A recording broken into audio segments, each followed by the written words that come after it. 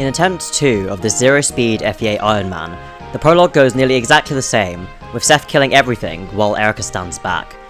This time, however, I do not game over in chapter 1, as I decide to wait until the enemies on the map from the beginning are mostly routed before I trigger the reinforcements, who I feed to Gilliam. This strange set of priorities means that Gilliam ends up getting 2 full levels on this map, which is more experience than I've ever gotten him by this point in the game. Killing the boss, Brigette, takes a while, since Zero Speed Seth obviously cannot double him, and sees me use up a full use of a vulnerary. Even after this though, I decide to spam end turn to build the Seth Erica support, since this is an Iron Man, and the light anima full attack defense support will benefit them both greatly. Well, mostly, entirely, Seth. Since I decide to build up towards the B support threshold, we end this map on a very nice number of turns. After completing the map, we get given our regularly scheduled 5,000 gold, and now have 2 new units, Mulder and Vanessa. Mulder is, unfortunately, not the Boulder, as it turns out that his relative bulk as a healer comes from his speed. Without it, he has only 20 HP and 2 defense, and thus gets completely and utterly demolished by most enemies. Still, given that everyone gets doubled and they are largely incapable of one-hit KOing enemies, the ability to heal is greatly appreciated for any semblance of action economy. Vanessa, while probably also instantly dead, should she be exposed to an enemy, also remains a very useful unit. Flying rescue drop is huge, which we are able to put into practice immediately in chapter 2, The Protected, both with the standard Ross save, and then ferrying people around to get away from the brigands after Garcia finishes off the archer. As the only units with any trace of sturdiness, only Gilliam and Seth see any combat. Green Ross is, however, overly zealous to join combat due to his AI-induced recklessness, so Vanessa has to keep him firmly away from the action. Still, everything is fine, and we are able to get the pure water from the village, which promises to be a very useful item in the future. Since both Ross and Garcia survive the map, they join at the end of the chapter. Ross and Garcia obviously both have 0 speed, and I suspect are on the winning side in this altered ROM, as they both have middling to bad speed on average, so I immediately commit to using Garcia.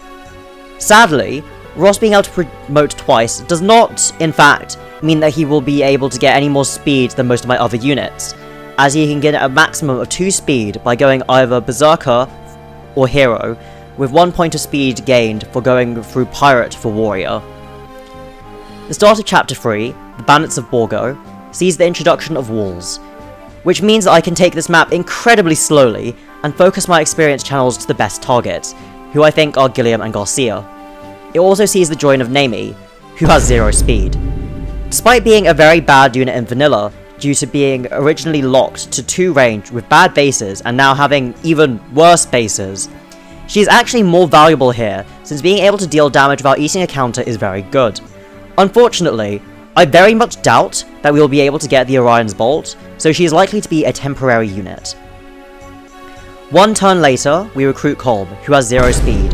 Unlike his girlfriend, he is hit far harder by the speed shortage, as in order to steal off of an enemy, you need to have equal or higher speed than them. There is a grand total of two enemies that he is capable of stealing from. Those being Amelia and Marissa, who as recruitable units, have 0 speed as enemies. At the very least, this does mean that if chat ends up voting to go Erica route, because of how badly Erica sucks, it is theoretically possible that we could get 4 speed from stealing Amelia's Speedwing in Chapter 9A, Distant Blade.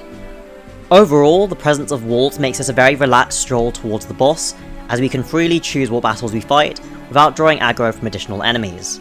When we do reach Basba, chat alerts me to the fact that Basba is the perfect victim against whom to train up both Nami and Ross. This is something that probably at least a few of the viewers regret, because the process of training Ross to Journeyman 10 and Nami to level 3 takes around 25 minutes of real life time, during which we torture Basba. It also results in the usage of more than half of the hatchet's durability, and involves Basba breaking his hand axe on Seth's face.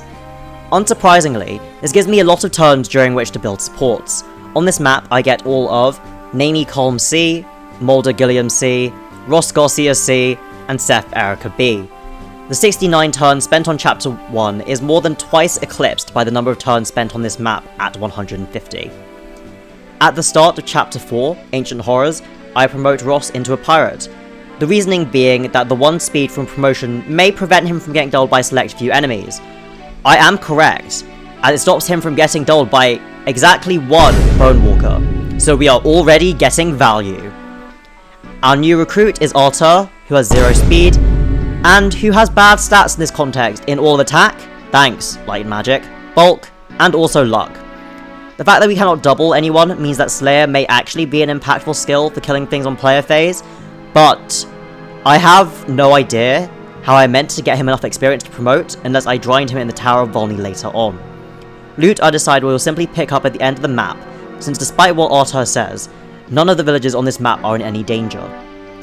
What is, however, a slight danger is the movement of the Moguls, who deal magical damage to everyone's pretty abysmal res, and also the arrival of the reinforcements from the right hand side at the beginning of turn 2.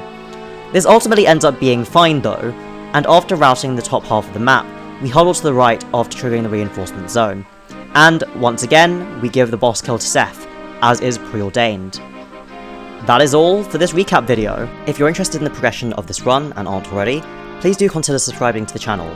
In addition, I'm streaming this Cursed Iron Man weekly on Thursdays at 6:30 PM UK time, which is 1:30 EST, so it would be cool to see you there, with a stream actually starting 30 minutes after the release of this recap video. Thank you for watching, and I hope to see you again next time. Until then, have a good one.